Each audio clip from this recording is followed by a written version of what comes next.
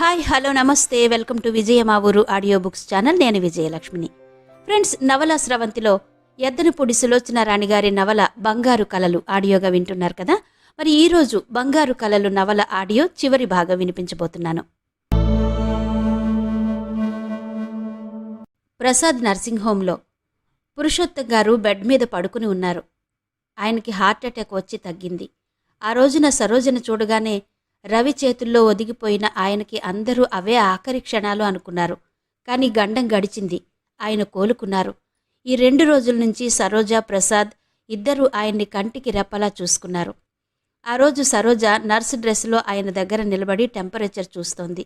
ఇంతలో ప్రసాద్ అక్కడికొచ్చాడు. టెంపరేచర్ ఉందా అని అడిగాడు ప్రసాద్.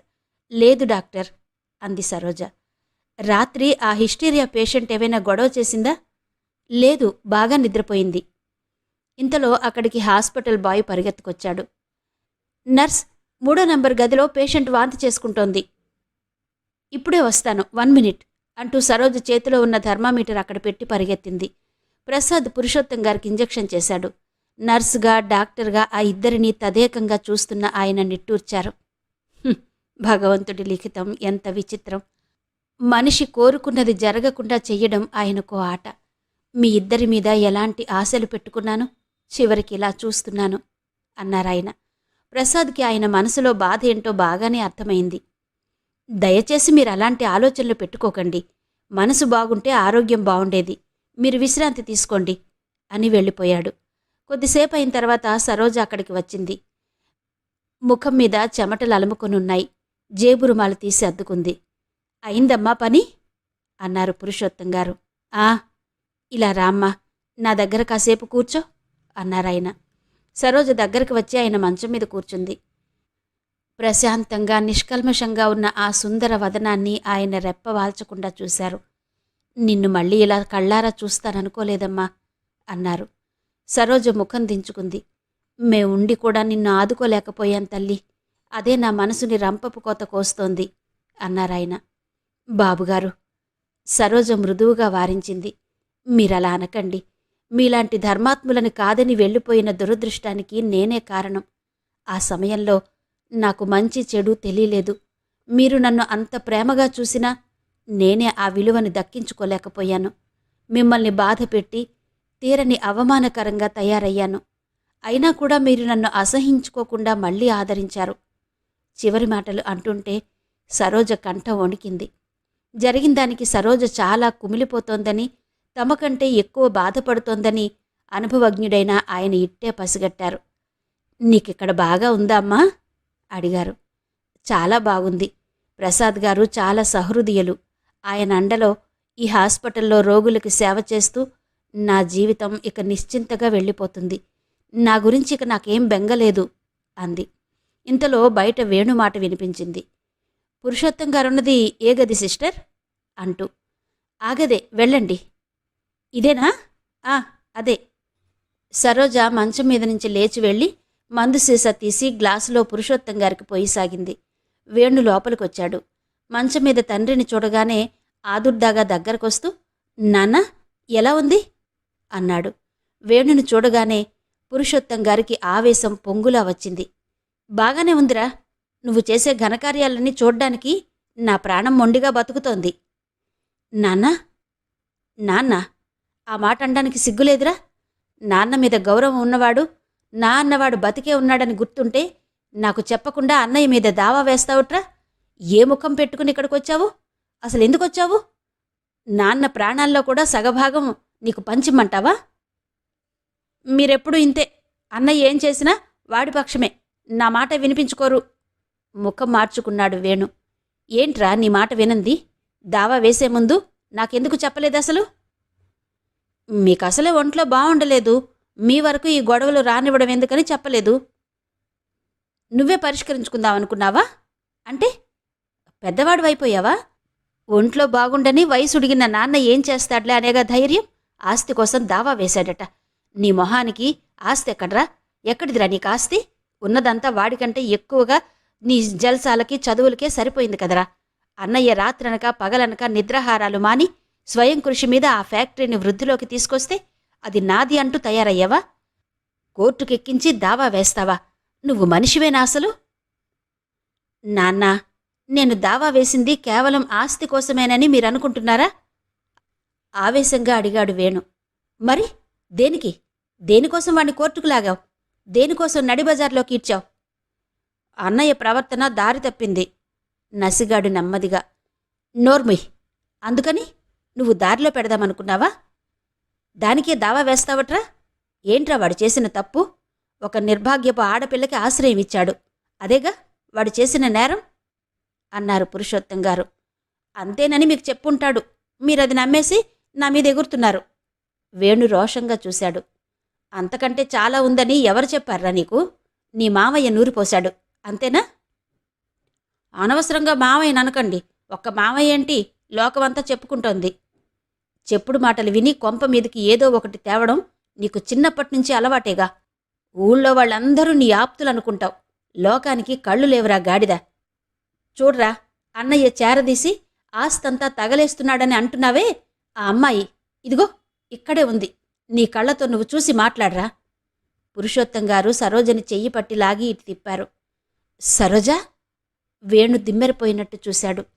అవునరా, సరోజ. ఎవర్రా ఈ సరోజ? నిన్ను కనగానే మీ అమ్మ పోతే నిన్ను కన్నబిడ్డ కంటే ఎక్కువగా సాకిన మన వంట మనిషి కూతుర్రా. వేణు తికమక పడిపోయాడు. ఇదేంటి, ఈ సరోజన అన్నయ్య చేరదీసింది? సరోజ చచ్చిపోయిందని అందరూ అనుకున్నారుగా. మరి బ్రతికి ఎలా వచ్చింది? రోజీ సరోజ ఎలా అయింది?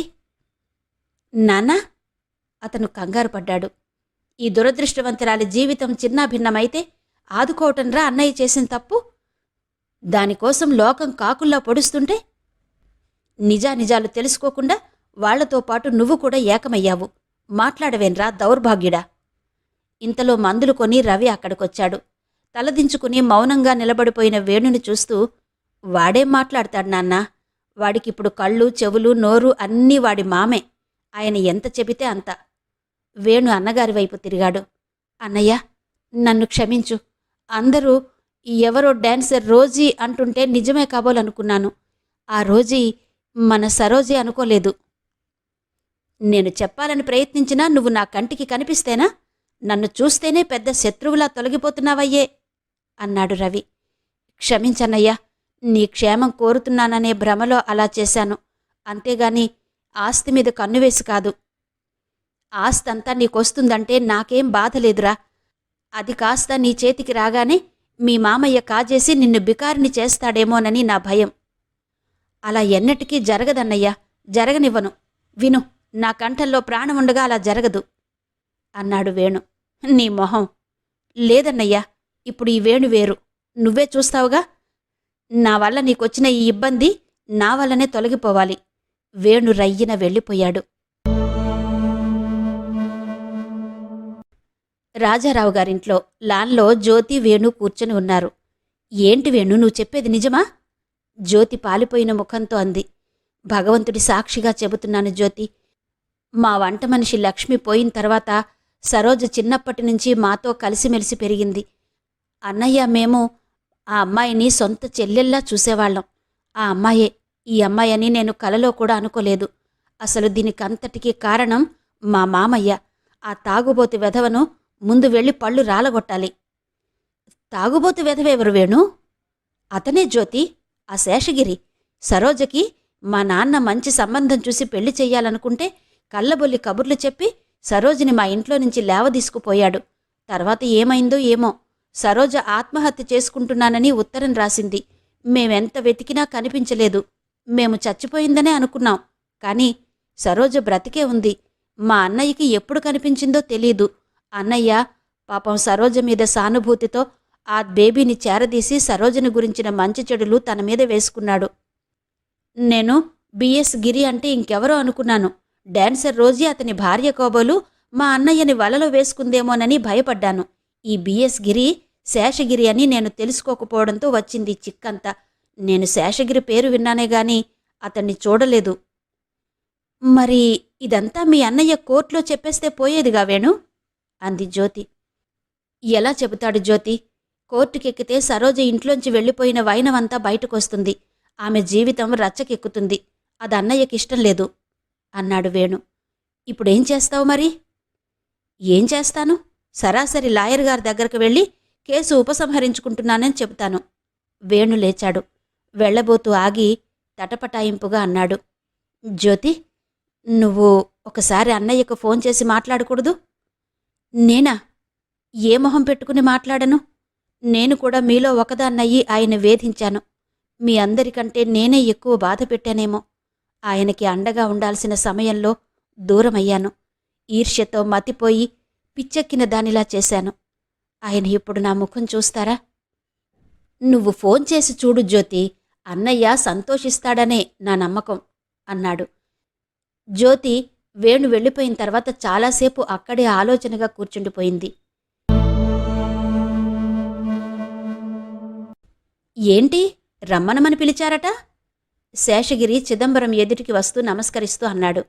ఈ మధ్య చిదంబరం పుణ్యమాని అతని తాగుడికి తిండికి దేనికి లోటు లేకుండా కులాసాగా గడుస్తోంది. ఏమైనా డబ్బుంటే పడేయండి అన్నాడు సిగరెట్ వెలిగిస్తూ. కూర్చో, నీతో మాట్లాడాలి అన్నాడు చిదంబరం. శేషగిరి బుద్ధిమంతుల్లా కూర్చున్నాడు. ఉండు, ఇప్పుడే వస్తాను అని చిదంబరం లేచి లోపలికెళ్ళాడు. కొయ్యపెట్టిలో భద్రంగా దాచిన సీసా గ్లాసు తెచ్చి శేషగిరి ముందు పెట్టాడు. అది చూడగానే అతని ముఖం వికసించింది. గ్లాసులో పోసుకుంటూ చెప్పండి అన్నాడు. ఏం చెప్పమంటావ్? మన నోట్లో రాయి పడింది. మనిద్దరం జైలుకెళ్లే ప్రమాదం వచ్చింది. చిదంబరం ఏడుపు ముఖం పెట్టాడు. చాలించండి మీ వేళాకోళాలు. జైలుకెళ్ళినా నేను వెళ్తాను గాని మీరెక్కడొస్తారు? వేళాకోళం కాదయ్యా బాబు, నిజం చెప్తున్నాను. మా వేణుగాడు కోర్టులో కేసు ఉపసంహరించుకుంటాట. ఎందుకని? ఏమో, ఆ సరోజ రవి ఇద్దరూ ఏం నూరిపోశారో ఏమో. నిన్న వచ్చి నా మీద ఎగిరాడు. ఆ సరోజ చాలా మంచిదట. వాళ్ళన్నయ్య అంతకంటే మంచివాడట. అయితే మనమేనా చెడ్డవాళ్ళం? అట్లాగే అంటున్నాడు మరి. అంతేకాదుట, నువ్వు కోర్టులో చెప్పినవన్నీ పచ్చి అబద్ధాలట. నేను ఫ్యాక్టరీ డబ్బంతా కాజేశానట. మనిద్దరి మీద కేసు పెట్టి రుజువులు చూపించి జైలుకు పంపిస్తాడట. ఏడిశాడు. నువ్వనుకున్నంత తేలిగ్గా తీసి పారేయకు మరి అన్నాడు చిదంబరం. నన్ను జైల్లో తోయించడానికి నేను వాళ్ళకి దొరికితే కదా. సరే, ముందే ఈ వార్త చెప్పి పుణ్యం కట్టుకున్నారు. మీ కడుపు చల్లగా ఇంకాస్త డబ్బు పడేయండి. ఇక ఈ చుట్టుపక్కలుండను. అంటే నీ దోవ నువ్వు చూసుకుంటున్నావన్నమాట, అంతేగా? మీ దోవ మీరు చూసుకోండి. ఇలాంటి చిక్కులు ఎదురైనప్పుడు పలాయన మంత్రం ఒకటే మార్గం అన్నాడు శేషగిరి. అయితే వెళ్ళు చిదంబరం కోపంగా అన్నాడు. కోర్టులో సాక్ష్యం చెప్పినందుకు మీరిస్తానన్న మిగతా డబ్బు పడేయండి నాకు. కేసు మనం గెలిచాడిస్తే కదా ఇవ్వడానికి. అదంతా నాకు అనవసరం. సాక్ష్యం కావాలన్నారు, చెప్పాను. మీ వేణు కేసు ఉపసంహరించుకుంటే నేనేం చెయ్యను? అది నా తప్ప? నా డబ్బు నాకు పారేయండి. ఇప్పుడు నా దగ్గర డబ్బు లేదు, ఏం చేయమంటావు? చిదంబరం మొండిగా అన్నాడు. శేషగిరికి తాగిన మైకం తలకెక్కింది. ఎరుపెక్కిన కళ్లతో క్రోధంగా చూశాడు. ఏ, నాతో నవ్వులాటుగా ఉందా? డబ్బు కక్కించగలను నీ చేత అంటూ లేచాడు. చిదంబరం భయపడ్డాడు. ఈ తాగుబోతు వెధవతో తగాదబడి ప్రయోజనం లేదనుకున్నాడు. చెయ్యి పట్టి లాగి కూర్చోబెడుతూ, కాస్త గుర్రాన్ని కట్టేయవయ్యా. ఇబ్బంది వచ్చినప్పుడు ఒకరినొకరు సంప్రదించుకుని సర్దుబాటు చేసుకోవాలా వద్దా? నీకెంతసేపు డబ్బో డబ్బో అని ఒకటే గోల. పాతికా పరకతో జీవితం గడుస్తుందిటోయ్. ఒకసారి 1,00,000 1,00,000 సంపాదించాలి గాని అన్నాడు. వచ్చే మార్గం మీరు చెప్పండి. శేషగిరి చేతులు జోడించాడు. బుద్ధి నాది, కష్టం నీది. వచ్చిన దాంట్లో ఇద్దరికీ చెరిసగం చెప్పాడు చిదంబరం. మీరు చెప్పింది నేనెప్పుడు కాదన్నాను గనక. ఆ వేణుగాడు కోర్టులో కేసు ఉపసంహరించుకుంటే మనకేం? ఈ ఫ్యాక్టరీ మనకు రావాలంటే కీలకం ఒకటుంది. చెప్పండి, ఏంటది? శ్రద్ధగా విను. అసలు ఈ ఫ్యాక్టరీ ఎవరిది? ఎక్కడి నుంచొచ్చింది? నీ భార్య సరోజది. ఆమె తన డబ్బంతా దీనికి పెట్టింది. ఆమెనెలాగైనా సరే సరోజని మన వైపు లాక్కుని రవి మీద దావా వేయించాలి. నా భార్య సంపాదనిది నాకు చెందాలి అంటూ నువ్వు కోర్టుకెక్కాలి. అతని మీద ఎదురు దెబ్బ తీయించాలి. ఇదంతా జరిగేది ఎప్పుడంటే సరోజని నువ్వు వాళ్ళ దగ్గర నుంచి లాక్కొచ్చినప్పుడు అంటారు, అంతేగా? పూరించాడు శేషగిరి. కరెక్ట్. నీ బుర్ర అమోఘం గిరి. రేపు సాయంత్రం లోపల ఎలాగైనా సరే సరోజని మన దగ్గరకు తీసుకురా. తర్వాత నాటకమంతా నేను నడిపిస్తాను. సరోజని నువ్వు తీసుకొచ్చావంటే ఇంక ఈ ఫ్యాక్టరీ మనది. నువ్వు దాని ప్రొప్రైటర్వి, నేను మేనేజర్ని. పని చెప్పేశారుగా, ఇక మీరు నిశ్చింతగా ఉండండి అన్నాడు శేషగిరి. మరి సరోజ రావడానికి ఇష్టపడుతుందంటావా? ఏడిసింది. నేను తాల్చుకున్న తర్వాత దాని ఇష్టాలు ఎవడికి కావాలి? మరి రవి అడ్డు వస్తే బుద్ధి చెప్తాను. సరోజ రానంటే సఫా చేస్తాను. అది రానంటే దాన్ని చంపి శవాన్నైనా తెస్తాను. ఊరికే మాత్రం రాను. శేషగిరి మాటంటే మాటే. భేష్, మగాడిలా మాట్లాడావు. అట్లా ఉండాలి. చిదంబరం లేచి లోపలికెళ్ళి ఉత్తరీయం చాటున 500 రూపాయలు తెచ్చిచ్చాడు. ధర్మాత్ములు, మీరు పరిచయం అవ్వడం నా అదృష్టం. నమస్కరించి వెళ్ళిపోయాడు శేషగిరి. చిదంబరం పెదవుల మీద చిరునవ్వు కదిలింది. నర్సింగ్ హోంలో పురుషోత్తం గారు బెడ్ మీద కూర్చుని పుస్తకం తిరగేస్తున్నారు. సరోజ ఆయన గదిలోకొచ్చింది. సరోజ ముఖం నిండా చిరుచెమటలు అలుముకొనున్నాయి. గదిలోకి రాగానే ఉస్సురంటూ అలసటగా ముఖానికి పట్టిన చెమటలు తుడుచుకుంది. ఏమా, ఈరోజు ఆ కొత్త పేషెంట్తో క్షణం తీరుబడి లేనట్టయింది కదూ అన్నారాయన. అవును బాబుగారు. అభాగ్యురాలు భర్తతో అత్తగారితో బాధలు పడలేక కిరసనాయలు పోసుకుని ఆత్మహత్య చేసుకోవడానికి ప్రయత్నించింది. కళ్ళు బాగా కాలిపోయినాయి. కోమాలో ఉంది. బ్రతుకుతుందనే ఆశ లేదు. పాపం, 2 పిల్లలు, ముక్కుపచ్చలారని చిన్నవాళ్లు. సరోజ కంఠం కంపించింది. పురుషోత్తం గారు నిట్టూర్చారు. ఈ ప్రపంచంలో మనుషులకి ఎన్ని రకాల కష్టాలమ్మా. ఒక్కొక్కరికి ఒక్కొక్క బాధ. బాబుగారు, ఆడపిల్ల తెలుసో తెలియకో ఏ భ్రమలోనో పడి ఏ కారణం చేతనో ఒకసారి పెళ్ళైన తర్వాత ఆ వ్యక్తితో బ్రతకలేకపోతే ఆ అమ్మాయి జీవితానికి విముక్తనేదే లేదా? ఆ వ్యక్తికి దూరంగా వచ్చి బ్రతికే మార్గమేమీ లేదా? ఉందమ్మా, ఎందుకు లేదు? కానీ అలాంటి జీవితం ఎదురైన ఆడపిల్లకి మనస్థైర్యం కావాలి. అవును బాబుగారు, ఎంత మనోనిబ్బరం ఉన్నా నా అనే ఆత్మీయుల అండ కూడా కావాలి. అది ఉంటే ఎన్ని బాధలున్నా కాస్త ఊరట ఉంటుంది, ధైర్యం చిక్కుతుంది. వస్తాను. పేషెంట్స్ టెంపరేచర్ చూడాలి. ఇప్పుడు మీకేం అవసరం లేదుగా అంది. ఏం వద్దు తల్లి, నువ్వు మధ్యాహ్నం భోజనం చేసినట్టు లేదు. అక్కడ యాపిల్స్ ఉన్నాయి, తినివెళ్ళు అన్నారాయన. ఇప్పుడేం వద్దు, ఇప్పుడే టీ తాగాను. సరోజ గదిలో నుంచి బయటకొచ్చింది. అప్పటికే అక్కడికొచ్చి గుమ్మం పక్కన పొంచి నిలబడి సరోజ కోసం ఎదురుచూస్తున్న శేషగిరి సరోజ గుమ్మం బయటికి అడుగు పెట్టగానే చటుక్కున చెయ్యి గట్టిగా పట్టుకున్నాడు. అతన్ని చూడగానే సరోజ కెవ్వుమంది. సరోజ కేక వినగానే పురుషోత్తం గారు మంచం మీద నుంచి లేచారు. శేషగిరి సరోజని అరవనీయకుండా నోరు ముయ్యాలని చూశాడు. కాని సాధ్యం కాలేదు. సరోజ గింజుకుంటోంది. గిలగిలలాడుతూ అతని చేతుల నుండి తప్పించుకోవడానికి ప్రయత్నం చేస్తోంది. ఇంకెన్నాళ్ళుంటావే ఈ వేషంలో? చాలించి నాతో రా, నడు అంటూ కళ్ళెర్ర చేశాడు. చిచి, వదులు వదులు. సరోజ పెనుగులాడి అతని చేతులు వదిలించుకుని బాబుగారు అంటూ వెనక్కి తిరిగి గదిలోకి పారిపోయింది. శేషగిరి సరోజ వెనక గదిలోకి పరిగెత్తుకొచ్చాడు. నిన్ను వదలనే ఇంకా. ఇన్నాళ్ళు నీతో ఉపయోగం లేదని వదిలేశాను. నీతో చాలా ఉపయోగం ఉందని ఇవాళే తెలుసుకున్నాను. శేషగిరి సరోజను పట్టుకోబోయాడు. పులిని చూసిన మేకల అయిన సరోజ పురుషోత్తం గారి వెనక్కి వెళ్లి దాక్కుంది. గడ్డం మాసి పొట్ట పెరిగిన శేషగిరిని ఆయన వెంటనే గుర్తుపట్టలేకపోయారు. ఎవడ్రా నువ్వు అంటూ కోపంగా గద్దించారు. ఎవడ్నా? దాని మొగుణ్ణి. నోర్ముయ్, సరోజ మీద చెయ్యి వేశావా చంపేస్తాను. మర్యాదగా బయటికెళ్తావా లేదా? పోవతలకి అని గద్దించారు. ఏడిశావు ముసలి పీనుగా. ఒంటి మీద చెయ్యి వేశావంటే ఆవులిస్తావు. మంచినీళ్లు కూడా అడగవు. మళ్ళీ రావే. సరోజ చెయ్యి పట్టి గుంజాడు. బాబుగారు. సరోజ పురుషోత్తం గారి చెయ్యి గట్టిగా పట్టుకుని వదలడం లేదు. బాబు లేదు, అమ్మ లేదు, నడు. పురుషోత్తం గారిక సహించలేనట్టు శేషగిరి చేతి మీద గట్టిగా కొట్టారు. శేషగిరి కోపంగా ఆయన భుజాలు పట్టి విసురుగా తోశాడు. ఆయన ఆ తోపుకు వెళ్లి మంచం మీద పడ్డారు. సరోజిని బలంగా పట్టుకుని వెడుతూ గుమ్మం వైపు తిరిగిన శేషగిరికి గదిలో అడుగు పెడుతూ రవి కనిపించాడు. గదిలో శేషగిరి, అతని చేతిలో సరోజని చూడగానే రవి ఉగ్రుడయ్యాడు. గిరి, ఆగు, ఏంటిది అన్నాడు ఎదురొస్తూ. మర్యాదగా అడ్డంలే, నా పెళ్ళాన్ని తీసుకెళ్తున్నాను. శేషగిరి క్రోధంగా చూశాడు. ఎక్కడికి? ఏంట దౌర్జన్యం? ఎక్కడికా? తాకట్టు పెట్టుకోవడానికి. లేకపోతే నడి బజార్లో పెట్టి అమ్ముకోవడానికి, అది కుదరకపోతే నరికి పాతరేయడానికి. సరోజని వదులు నువ్వు. వదలను.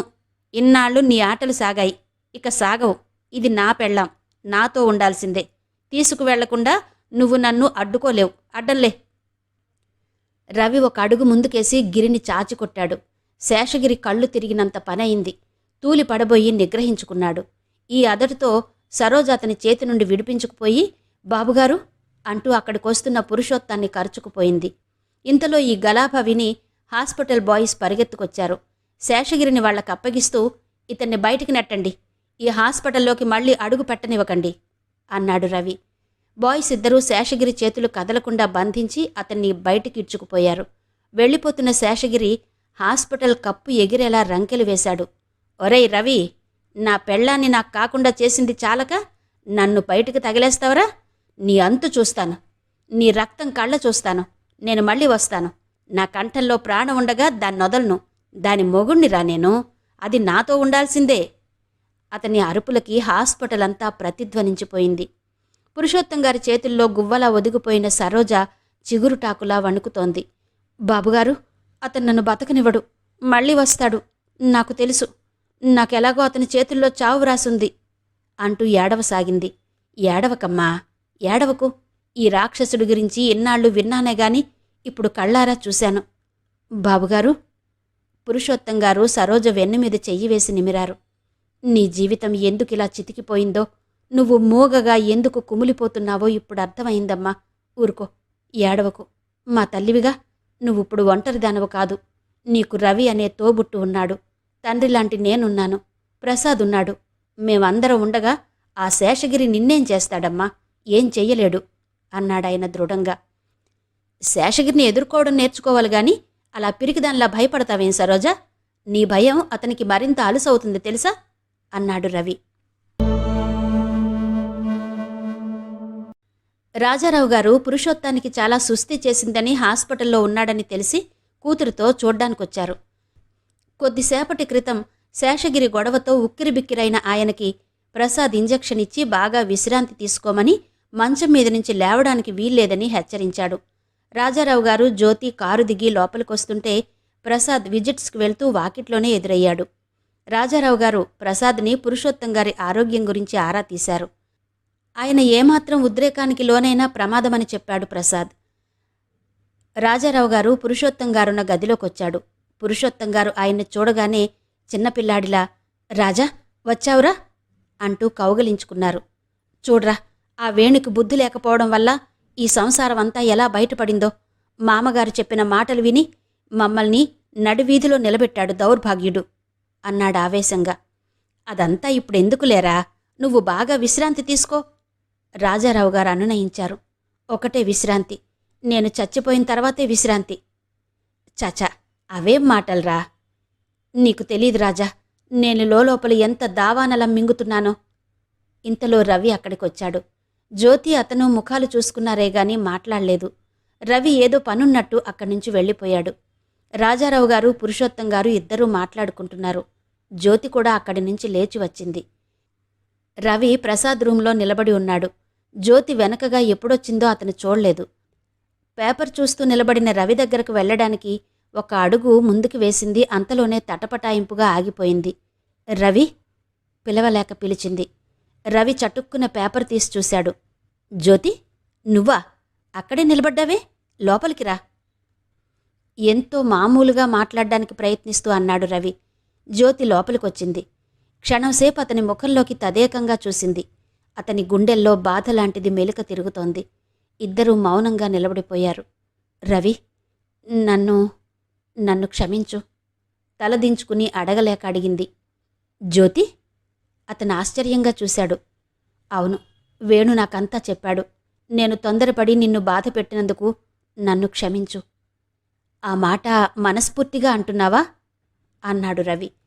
తప్పు చేశానని తెలుసుకున్న తర్వాత క్షమాపణ కోరుకోవడానికి సిగ్గుపడే మనిషిని కాను నేను. జ్యోతి? రవి చెయ్యి జ్యోతి భుజం మీద ఆనింది. అతని స్పర్శతో జ్యోతి బాధ అంతా తీరిపోయినట్టయింది. చప్పున అతని గుండెల్లో తలదాచుకుంది. జ్యోతి ఏడుపు రాకుండా బెగబట్టుకుంటోందని అతనికి అర్థమైంది. చేయి వేసి నిమిరాడు. జ్యోతి అనునయంగా పిలిచాడు. నా తల మీద నుంచి మోయలేని భారమేదో ఈ క్షణంలో దిగిపోయినట్టుగా ఉంది. నువ్వు కోపం వచ్చి నా జేబురుమాలు పంపేశావు. కాని నీ జేబురుమాలు నేను ఇవ్వలేకపోయాను. మనస్ఫూర్తిగా చెబుతున్నాను. నువ్వు తప్ప ఏ ఆడపిల్ల నా మనసుకి చేరువవలేదు. నీ పరిచయం నాకెంత అపురూపమో నీకు చెప్పినా అర్థం కాదు. భగవంతుడి సాక్షిగా ఇది నిజం జ్యోతి అన్నాడు రవి. మిమ్మల్ని అంత బాధ పెట్టినా నా మీద మీకు కోపం లేదా? జ్యోతి నిట్టూర్పు అతని గుండెల్లో నుంచి వెచ్చగా పాకింది. ఇంత తేలికగా క్షమిస్తారని అనుకోలేదు అంది జ్యోతి. నిన్ను బాధపెట్టింది నేనే, నువ్వే నన్ను క్షమించాలి. జ్యోతి తలని గుండెలకు అదుముకుంటూ అన్నాడతను. రాత్రి చాలా పొద్దుపోయింది. సరోజ పేషెంట్స్ అందర్నీ చూసి క్వార్టర్స్కి వెళ్లబోతూ పురుషోత్తం గారి గదిలోకొచ్చింది. ఆయన మేల్కొనే ఉన్నారు. ఇంకా నిద్రపోలేదా బాబుగారు అంది. లేదమ్మా, నిద్ర రావడం లేదు. ఏ క్షణంలో ఈ బొందిలో నుంచి ప్రాణం ఎగిరిపోతుందో తెలియనట్టుగా ఉంది. మేలుకుని ఉండడమే ఆనందంగా ఉంది. బాబుగారు ఏంటా మాటలు? సరోజ నిష్ఠూరంగా అంది. మందు గ్లాసులో పోసి తెచ్చి ఇస్తూ తాగండి అంది. నిజం తల్లి, రవి పెళ్లి అవడం, నీ జీవితం శేషగిరి బాధ నుంచి ముక్తి చెంది నిశ్చింతగా గడపడం, ఈ రెండూ జరిగితే ఇక నేను పొందాల్సిందేం లేదు. మీరు ఏ ఆలోచన లేకుండా విశ్రాంతి తీసుకోవాలని డాక్టర్ గారు మరీ మరీ చెప్పారు. ఆయనకి రగ్గు కప్పి వెళ్లబోతూ ఆగి, రవి ఇంకా రాలేదనుకుంటా. మీకు ఏ కాస్త అవసరమైనా నన్ను పిలవడం మర్చిపోకండి, సరేనా అంది. ఆయన తల ఊపాడు. సరోజ వార్డ్ బాయ్స్కి చెప్పి పక్కనే ఉన్న తన క్వార్టర్స్కి వచ్చింది. ఈరోజు పనితో ఉదయం నుంచి ఊపిరాడలేదు. ఒకటే తిరగడంతో కాళ్ళు పీక్కుపోతున్నాయి. చెప్పలేనంత అలసటగా ఉంది. మంగమ్మ ఊరు వెళ్ళింది. నిన్నే వస్తానంది, రాలేదు. సరోజ తాళం తీసి లోపలికొచ్చింది. సరోజ ముఖం కడుక్కుని బట్టలు మార్చుకుని పడక గదిలో అడుగుపెట్టేసరికి అక్కడ శేషగిరున్నాడు. అతన్ని చూడగానే సరోజ కొయ్యబారిపోయింది. నువ్వా? ఎందుకొచ్చావు మళ్ళీ అంది ధైర్యం తెచ్చుకుంటూ. పెళ్ళాం దగ్గరికి మొగుడెందుకొస్తాడో తెలీదా? నీ మీద మళ్ళీ మోజు పుట్టింది. ఛీ, వెళ్ళవతలకి. సరోజ గిరుక్కున వెనక్కి తిరిగి పారిపోబోయింది. శేషగిరి ఒక్కంగలో వచ్చి చెయ్యి దొరకబుచ్చుకున్నాడు. నువ్వు లేకుండా నేనెక్కడికి వెళ్తాను? వెళ్ళను. ఈ క్షణం నుంచి నేనెక్కడుంటే నువ్వు అక్కడే ఉండాలి. పద, నడు. ఛీ, వదులు. సరోజ పెనుగులాడింది.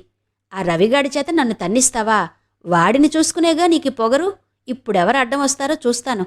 ఆ దేవుడొచ్చినా నిన్ను నా నుంచి తప్పించలేడు. నడు, మర్యాదగా నడుస్తావా లేదా? సరోజ చప్పున చుట్టూ చూసింది. దగ్గర్లో టేబుల్ మీద లావాటి బైండు పుస్తకం కనిపించింది. అది తీసి అతన్ని కొట్టింది. ఏంటి, ఇంతకి కూడా తెగించావన్నమాట? గట్టిగా పట్టుకున్నాడతను. వదులు, నిన్ను చచ్చినా వదలను. గారపట్టిన పళ్ళు వికృతంగా కనిపించేలా నవ్వాడు. నేను చచ్చినా రాను. రావు? రాను. నువ్వు రాకపోతే నిన్ను చంపి నీ శవాన్నైనా తీసుకెళ్తాను, కానీ ఊరికే మాత్రం వెళ్ళను. మర్యాదగా నడుస్తావా లేదా? శేషగిరి జేబులో నుంచి తళతళా మెరిసే చాకు తీశాడు. సరోజ దాన్ని చూడగానే కివ్వుమని అరిచింది. దెబ్బకు దెయ్యం దిగుతుందంటారు. చూస్తావా ఈ శేషగిరి తడాకా? సరోజ ఏడుస్తూ చేతులు జోడించింది.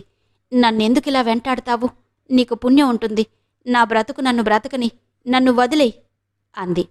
అదిగో, ఆ మాటే వద్దన్నాను. నిన్ను వదల్ను వదల్ను వదల్ను. నువ్వు బంగారు బాతువి. నీ మూలంగా నాకు బోల్డంత డబ్బొస్తుంది. నడు. నేను రాను. సరోజ పెనుగులాడి అతని చేతుల్లో నుంచి తప్పించుకుని పారిపోయింది. శేషగిరి వెంటపడ్డాడు. చివరికి సరోజను పట్టుకుని చాకు పీకల దగ్గరగా తెచ్చాడు. సరోజ పెద్దగా ఆర్తనాదం చేస్తూ కళ్ళు మూసుకుంది. ఆ క్షణంలో తన ప్రాణం పోయిందనే అనుకుంది. కాని మరుక్షణంలో శేషగిరి ఆర్తనాదం చేశాడు. సరోజ తేరుకుని కళ్ళు తెరిచింది. శేషగిరి చేతులు పట్టుసడలింది. సరోజ వెర్రిగా చూస్తోంది అతన్నే. అతను నేలమీద ఒరిగి సరోజ చూస్తుండగానే బాధతో విలవిలలాడిపోతూ సరోజ కాళ్ల దగ్గర చుట్టలా పడిపోయాడు. సరోజ మతిపోయిందానిలా నిలబడింది. మెల్లగా స్పృహ వచ్చిన తర్వాత కోలుకున్న సరోజ పక్కకు తిరిగేసరికి ఎదురుగా దూరంగా రవి నిలబడి ఉన్నాడు. అతని చేతిలో పిస్టల్ ఉంది. సరోజ కళ్ళు వెడల్పైనాయి. అతని చేతిలో పిస్టల్ని, క్రింద పడి ఉన్న శేషగిరిని అయోమయంగా మార్చి మార్చి చూసింది. ఆ తరువాత కంపిస్తున్న దానిలా, రవి, ఎంత పని చేశావు అంది. ఇంతకంటే మార్గం లేదు సరోజ, అన్నాడతను. సరోజ శిలాప్రతిమలా నిలబడిపోయింది. నేను నమ్మను డాడీ, రవి హత్య చేసి ఉండడు. నోనో. జ్యోతి ఈ వార్త వినగానే పిచ్చిదాన్లా అయింది. హత్య చేశానని అతనే స్వయంగా ఒప్పుకుంటున్నాడటమ్మా. అబద్ధం, ఇందులో ఏదో ఉంది. శేషగిరిని హత్య చేయాల్సిన అవసరం రవికేమాత్రం లేదు. అయ్యో పిచ్చి పిల్ల, ఆడవాళ్ల తగాదాల్లో మహామహా సామ్రాజ్యాలే సర్వనాశనమైన సంఘటనలున్నాయి. ఈ హత్యలో రవికి శేషగిరికి మధ్య సరోజ ఉన్నదన్న సంగతి మర్చిపోకు. ఈర్ష్యాద్వేషాలు కావచ్చు. నువ్వు కల్పించుకుంటే అంతా బయటపడుతుంది డాడీ, ప్లీజ్ డాడీ అంది జ్యోతి. నా వల్ల కాదమ్మా. రేపతను నిర్దోషి కాదని రుజువైతే నీ భవిష్యత్తుకి దెబ్బ. మనం దూరంగా ఉండడమే మంచిది. ఆయన లోపలికి వెళ్ళిపోయాడు. ఆమెకి పిచ్చెక్కినట్టుగా ఉంది. గబగబా వెళ్ళి ప్రసాద్కి ఫోన్ చేసింది. హలో, ప్రసాద్ గారేనా? అవును జ్యోతి. ఏంటండి ఈ ఘోరం? అదే నాకు అర్థం కావడం లేదు జ్యోతి. రవి ఇప్పుడు ఎక్కడున్నాడు? అరెస్ట్ అయ్యాడు, జైల్లో ఉన్నాడు.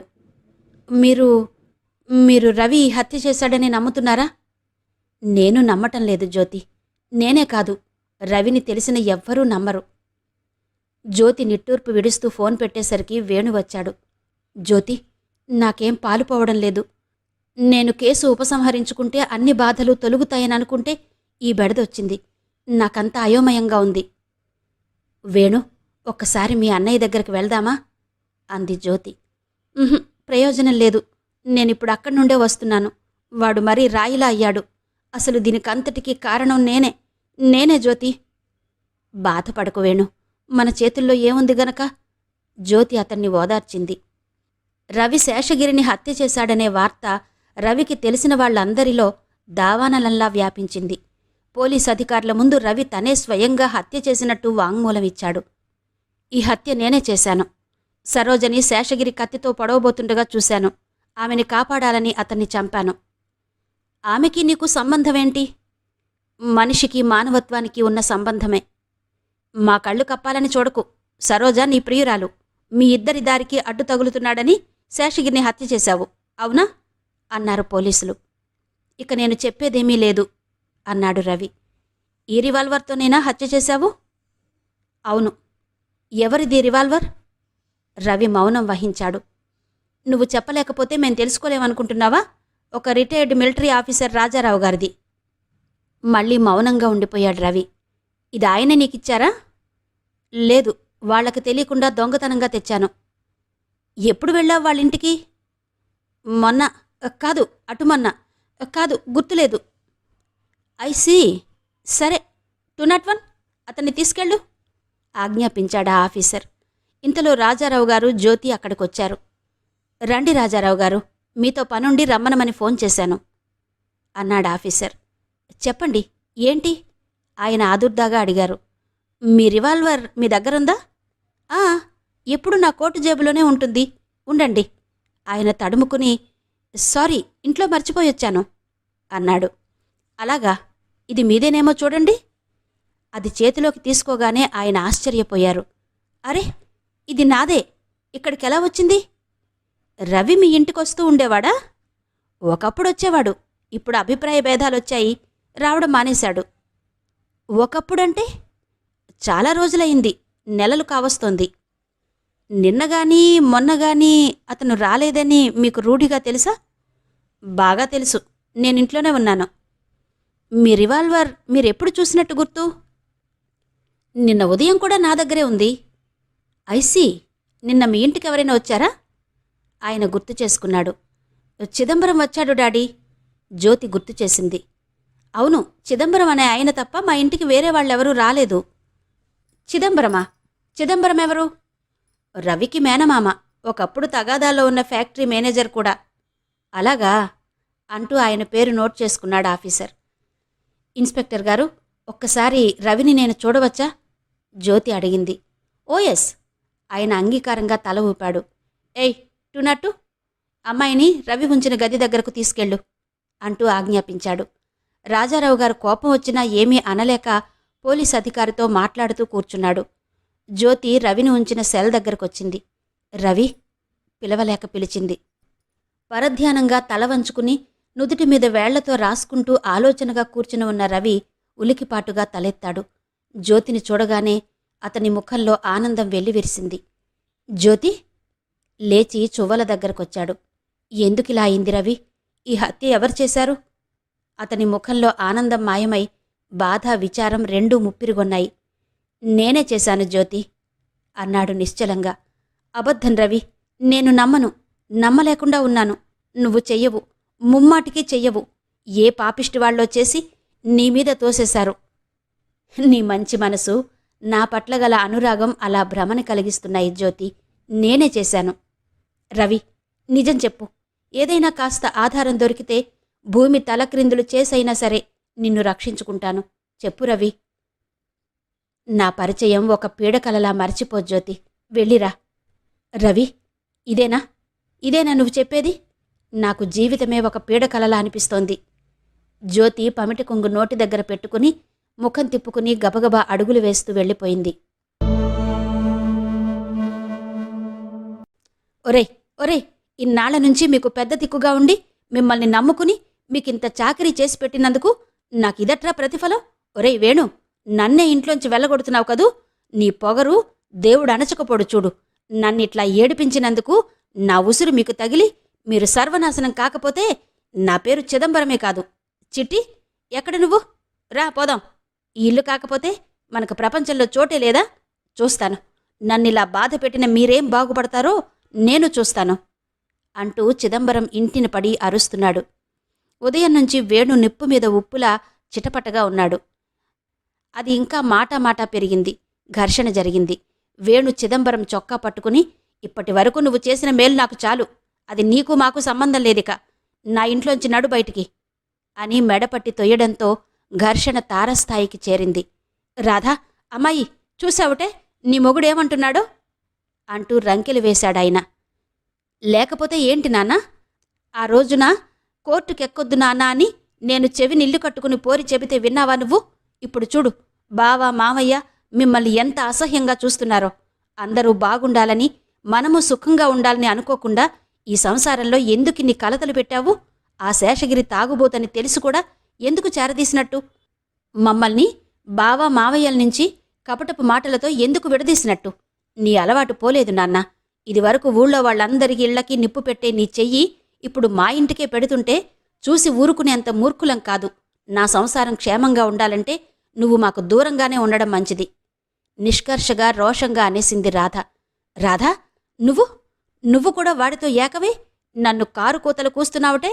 సరే, మీరు పొమ్మంటే దేవరించుకుంటూ పడి ఉండేందుకు నేను కళ్ళు కాళ్ళు లేనివాడిని కాదుగా. చిదంబరం రయ్యిన లోపలికి వెళ్లి గబగబా బట్టలు సర్దుతున్నాడు. డబ్బు దాచిన పాత ట్రంకు పెట్టె తీసుకున్నాడు. 2 పెట్టెలు చేతపట్టుకుని, చిట్టి, రా పోదాం. ఈ రోజు నుంచి నాకొక్కతే కూతురనుకుంటాను అని అరిచాడు. ఆయన చిట్టిని తీసుకుని గుమ్మం దాటబోతుంటే పోలీసులు లోపలికి అడుగు పెడుతూ కనిపించారు. వాళ్లని చూడగానే చిదంబరం కంగు తిన్నాడు. ఎవరికోసం వచ్చారు మీరు అని అడిగాడు. నీకోసమే. చిదంబరానికి అనుమానం వేసింది. ఒక్కసారి చేతిలో డబ్బు ఉన్న పాత ట్రంకు పెట్టె చూసుకున్నాడు. ఎందుకైనా మంచిది, సాధ్యమైనంత త్వరలో అక్కడ్నుంచి బయటపడ్డం మంచిది అనుకున్నాడు. పదండి ఇంట్లోకి అటకాయించారు వాళ్ళు. నేను ఊరు వెళ్తున్నానండి. మా అన్నయ్యకి చావు బ్రతుకులుగా ఉందని టెలిగ్రామ్ వచ్చింది. ట్రైన్కి టైం అయిపోతుంది. నేను అర్జెంటుగా వెళ్ళాలి. లోపల మా అల్లుడున్నాడు. మీకు కావలసిన అన్ని వివరాలు చెప్తాడు. ఆ క్షణంలో ఆయన ముఖం చూస్తే అదంతా అక్షరాల నిజమేమోననే భ్రమ కలిగేటట్టుంది. ఆ పెట్టెలో ఏముంది అడిగారు పోలీసులు. అబ్బే, ఏముంటుందండి, ఏం లేదు. నావి మా చిన్నమ్మాయివి బట్టలు. చిదంబరం సర్ది చెప్పేశాడు. నాన్నా, ఏం లేదంటావే? ఆ పాత ట్రంకు పెట్టి నిండా డబ్బుందిగా అంది చిట్టి అమాయకంగా. ఏంటి, డబ్బా? పోలీసులు అతని చేతిలో పెట్టెలాక్కున్నారు. చిదంబరం అందులో ఏం లేదని లబలబలాడాడు. ఈ గలాభా విని అక్కడికొచ్చిన రాధా, వేణు పోలీసుల్ని చూసి భయపడ్డారు. చిదంబరం పెట్టె తెరవనీయకుండా ఆయన ఓపిక ఉన్నంత వరకు ఊగిసలాడాడు. 2 పోలీసులు అతన్ని పెడరెక్కలు విరిచి పట్టుకున్నారు. ఒక పోలీసు అధికారి తాళం బద్దలు కొట్టి పెట్టె తెరిచాడు. దాన్నిండా నోట్ల కట్టలు కనిపించాయి. ఇంత డబ్బా? వేణు కూడా ఆశ్చర్యపోయాడు. ఎక్కడిదిదంతా? పోలీసులు చిదంబరాన్ని నిలదీశారు. అదా, మా పూర్వీకులదండి. మా దొడ్లో పాదు పెడదామని నేల తవ్వితే ఈ పెట్టె దొరికింది. చిదంబరం కళ్ళ నీళ్ల పర్యంతమవుతూ నీళ్లు నమిలాడు. ఆహా, అయితే లంకెబిందెలు దొరికాయన్నమాట. నడు స్టేషన్కి, అక్కడే చెబుదువుగాని ఈ లంకెబిందెల కథంతా అన్నారు పోలీసులు. అక్కా, పోలీసులు నాన్నని పట్టుకుపోతున్నారెందుకు? చిట్టి అడిగింది. రాధ చెల్లెల్ని దగ్గరకు తీసుకుంది. కోర్టులో ప్రఖ్యాత డాన్సర్ మిస్ రోజీ ఒక హత్య కేసు తాలూకా కేసులో చిక్కుకుని అరెస్ట్ అయిందని పేపర్లలో పెద్ద పెద్ద అక్షరాలతో చూసిన చాలామంది ఆ కేసు స్వయంగా వినాలని కుతూహలంతో కోర్టంతా కిక్కిరిసిపోయింది. సరోజ, రవి ఇద్దరూ బోన్లలో నిలబడి ఉన్నారు. ప్రాసిక్యూటర్ సరోజని ప్రశ్నిస్తున్నాడు. సరోజ గారు, శేషగిరితో మీకు పెళ్లి కాకముందే రవి మీకు తెలుసా? తెలుసు. ఎలా తెలుసు? మనసున్న మంచివాడుగా. అది సరేనండి, నేనడిగేది ఎలా తెలుసని. బంధువుగానా, స్నేహితుడిగానా, పరిచయస్తుడిగానా? తోబుట్టువులాగా. ఆహా, అన్నా చెల్లెళ్లకే అమ్మాయి పుట్టిందా మేడం? ఎవరో హేళనగా అరిచారు. మరుక్షణం కోర్టంతా నవ్వులతో ప్రతిధ్వనించింది. రవి ఆ నవ్వులు పట్టనట్టు గంభీరంగా నిలబడినా సరోజ మాత్రం దెబ్బతిన్న ఆడపుల్లిలా చూసింది. ఆర్డర్, ఆర్డర్ అన్నారు జడ్జిగారు. నవ్వులు సద్దుమణిగిన తర్వాత ప్రాసిక్యూటర్ మళ్లీ ప్రారంభించాడు. సరే, మీ భర్త మిమ్మల్ని ఎందుకు వెళ్ళగొట్టారు? అతను తాగుబోతూ జోదరి. అతను మిమ్మల్ని ప్రేమించి పెళ్లి చేసుకున్నాడని విన్నాను. అది నా భ్రమ. నేను మోసపోయాను. మోసపోయింది అతనే అంటాను. శేషగిరి త్రాగుబోతవ్వచ్చు. అంత మాత్రాన మిమ్మల్ని వెళ్ళగొట్టాల్సిన అవసరం అతనికేం లేదే. అలా వెళ్ళగొట్టాడంటే ఆ లోటు మీదే అయ్యుండాలి. మీ అవినీతి ప్రవర్తనే కారణమయ్యుండొచ్చు అడిగాడు లాయర్. రవి ముఖం ఆవేశంతో కందింది. యువరానర్, ముద్దాయి నేరం చేసిందని అనుమానించే హక్కు తప్ప ఆమె శీలాన్ని శంకించే హక్కు ప్రాసిక్యూటర్ గారికి లేదని మనవి చేసుకుంటున్నాను. ప్రాసిక్యూటర్ గారి కంఠం కంగుమంది. నో యువరానర్, ముద్దాయి శీలం నేను అనుమానించడం కాదు. గతంలో కోర్టులో తన భార్య ఈ రవితో లేచిపోయిందని చనిపోయిన ఆమె భర్త శేషగిరిచ్చిన సాక్ష్యం కోర్టులో దాఖలు చేయబడి ఉంది. ఇక ప్రధానంగా ఆమె శీలమే ఈ హత్యానేరానికి మూలాధారమని నేను మనవి చేసుకుంటున్నాను. జడ్జిగారు తల పంకించారు. ప్రొసీడ్. ప్రాసిక్యూటర్ మళ్లీ సరోజ వైపు తిరిగాడు. సరోజ గారు, మీ భర్తని మీరు వదిలేసొచ్చారు. మీ ఇష్టం వచ్చినట్టుగా మీరు స్వతంత్రంగా బ్రతుకుతున్నారు. అయినా అతడు మీ మీద మనసు చంపుకోలేక మీ దగ్గరికి చాలాసార్లొచ్చాడు, అవునా? నా మీద ప్రేమతో కాదు, నా దగ్గర డబ్బుందేమోననే భ్రమతో. భ్రమ? మీరు హోటల్ బ్లూ స్టార్కి కాంట్రాక్టు వ్రాసి మీ డ్యాన్స్తో బాగానే సంపాదించారు కదండి. అదంతా ఏం చేశారు? అన్నాడు ప్రాసిక్యూటర్. దానం చేశాను. కన్నబిడ్డ ఉండగా దానం చేయాల్సిన అవసరమేంటి? అవును, కన్నబిడ్డ కోసమే సంపాదించాను. కానీ నా బిడ్డ బాధ్యత రవిగారు తీసుకున్నారు. ఆ డబ్బుతో నాకు అవసరం లేకపోయింది. కన్నతండ్రి ఉండగా రవికెందుకు అప్పచెప్పాల్సొచ్చింది ఈ బాధ్యత? ఏంటా ప్రత్యేకత? అడిగాడు పబ్లిక్ ప్రాసిక్యూటర్. సమాధానం చెప్పలేకపోయింది సరోజ. సమాధానం చెప్పండి. సరోజ మాట్లాడలేదు. ఏ, అతనే పాపకి తండ్రా? కాదు. సరోజ కన్నీళ్లు బిగబట్టుకుంటూ బిగ్గరగా అరిచింది. ముఖంలో ఆవేశం, బాధ ఉప్పెనలా పొంగాయి. నన్ను ఎన్నైనా అనండి. చెడిన మనిషి అని, కాలు జారిన మనిషి అని, నీతి లేని దాన్నని, శీలం కోల్పోయిన దాన్నని ఎన్నైనా అనండి. ఎంతైనా నిందించండి, నిలదీయండి. ఈ పాప పంకిలంలోకి దేవుడులాంటి అతన్ని మాత్రం లాగకండి. మీకు పుణ్యం ఉంటుంది. సరోజ చేతులు జోడించింది. మనసిచ్చిన ఆడదానికి ప్రియుడెప్పుడూ దేవుడే అన్నాడు ప్రాసిక్యూటర్. నో స్టేట్మెంట్స్, జడ్జిగారన్నారు. Sorry your honour. చూడమ్మా, హత్య జరిగిన రోజు సాయంత్రం మీ భర్త మీరు పనిచేస్తున్న హాస్పిటల్కి వచ్చి మిమ్మల్ని రమ్మనమని బలవంతం చేస్తుంటే రవి వచ్చి విడిపించాడు, అవునా? అవును. కానీ మళ్ళీ వస్తానని, నీ అంతు చూస్తానని నీ భర్త అయిన శేషగిరి వెళుతూ బెదిరించాడు, అవును. అన్నట్టుగానే ఆ రాత్రి మళ్ళీ శేషగిరి నీ క్వార్టర్స్కొచ్చి నిన్ను రమ్మనమని బలవంతం చేస్తుంటే రవి వెనక నుంచొచ్చి అతన్ని కాల్చాడు. కాదు, గిరి నన్ను చంపబోతుంటే రివాల్వర్ పేలింది. తర్వాత చూస్తే ఆయన అక్కడ నిలబడి ఉన్నాడు. అంతేకాని ఆయన కాల్చడం నేను చూడలేదు. చూసినా చెబుతావని మేము అనుకోవటం లేదులే. దట్స్ ఆల్ యువర్ ఆనర్ అంటూ ముగించాడు పబ్లిక్ ప్రాసిక్యూటర్.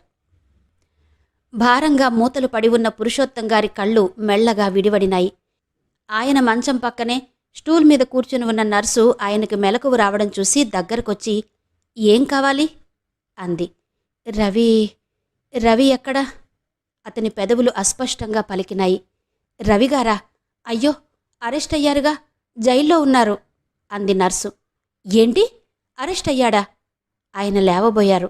నర్సు ఆయన్ని వారించి బలవంతంగా భుజాలు పట్టుకుని వెనక్కి వాల్చి పడుకోబెట్టింది. అవును, మీకు తెలీదా? శేషగిరిని హత్య చేశారాయన. పోలీసులు పట్టుకున్నారు. కోర్టులో కేసు జరుగుతోంది. ఇవాళ రేపో తీర్పు చెప్తారని అనుకుంటున్నారంతా. అప్పుడే డ్యూటీకి వచ్చిన నర్సుకి ఆయనకి రవి విషయం చెప్పవద్దన్నారని తెలియక చెప్పేసింది. తీర్పా? రవికి శిక్ష? ఆయన లేవబోయారు. కాని సాధ్యం కాలేదు. మరునిమిషంలో ఆయనకి మళ్లీ స్పృహ తప్పింది. ఆయనకి మళ్లీ మెలకు వచ్చేసరికి ప్రసాద్ దగ్గరగా కూర్చుని ఉన్నాడు. వేణు, జ్యోతి, రాజారావు అందరూ ఆయన మంచం చుట్టూ నిలబడ్డారు. రవి కలవరిస్తున్నట్టుగా అన్న ఆయన చప్పున లేవబోయారు. మీరు లేవడానికి వీల్లేదు, బాగా విశ్రాంతి తీసుకోవాలి. ప్రసాద్ గట్టిగా హెచ్చరించి ఆయన్ని వెనక్కానించి పడుకోబెట్టాడు. నీకు తెలియదు ప్రసాద్, నన్ను కోర్టుకు తీసుకువెళ్ళండి, వెంటనే ఏర్పాటు చేయండి అన్నారాయన. కోర్టుకా? మీకు మంచం మీద నుంచి కదలడానికి వీల్లేదు అంటుంటే? ఇంజెక్షన్ ఇస్తూ అన్నాడు ప్రసాద్. రాజారావు గారి దగ్గరకొచ్చి పురుషోత్తం గారి తల మీద చెయ్యి వేసి నిమిరారు. గాభరా పడకు, విశ్రాంతి తీసుకో, అన్నిటికన్నా నీ ప్రాణం ముఖ్యం అన్నారు అనునయంగా. లేదురా రాజా, లేదు, నేనేమైపోయినా పర్వాలేదు. నాలో ఈ ఊపిరి కాస్త ఉండగానే రవి నిర్దోషి అని తెలియాలి. హత్య చేసింది ఎవరో నాకు తెలుసు. నన్ను కోర్టుకు తీసుకెళ్ళండి, నాకు బాగానే ఉంది, నన్ను ఆపకండి. ఆయన 1000 ఏనుగుల బలం ఉన్న మనిషిలా లేచారు మంచం మీద నుండి. ఆగండి, అంబులెన్స్ తెప్పిస్తాను. ఆయన జబ్బ గట్టిగా పట్టుకుంటూ గత్యంతరం లేని ప్రసాద్ అంగీకరించాడు. కోర్టులో రవి విచారణ ప్రారంభమైంది. ప్రాసిక్యూటర్ ప్రారంభించాడు. రవిగారు, ఆస్తి కోసం మీ తమ్ముడు మీ మీద దావా వేశాడు కదండి? అవును, వేశాడు.